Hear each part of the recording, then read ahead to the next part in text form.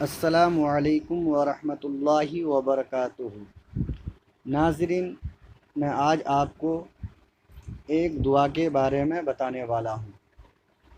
جو بھی اس دعا کو پڑھ لے گا وہ ہر بلا سے نجات پائے گا انشاءاللہ۔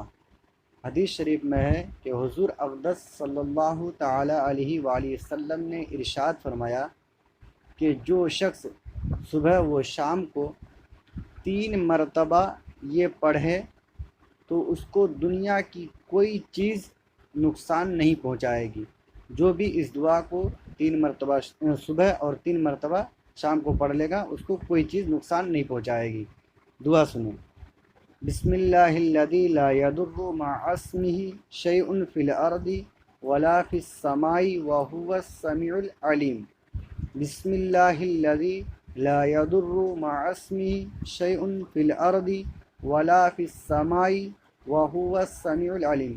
ایک بار اور، بسم اللہ الذی لا یضر مع اسمہ شیء فی الارض ولا فی السماء وهو السمیع العلیم۔ دوستو، آپ نے ابھی تک اگر ہمارے چینل کو سبسکرائب نہیں کیا ہے تو سبسکرائب کر دیں اور لائک بھی کر دیں تاکہ ہماری ہر آنے والی ویڈیو سب سے پہلے آپ کو پہنچے۔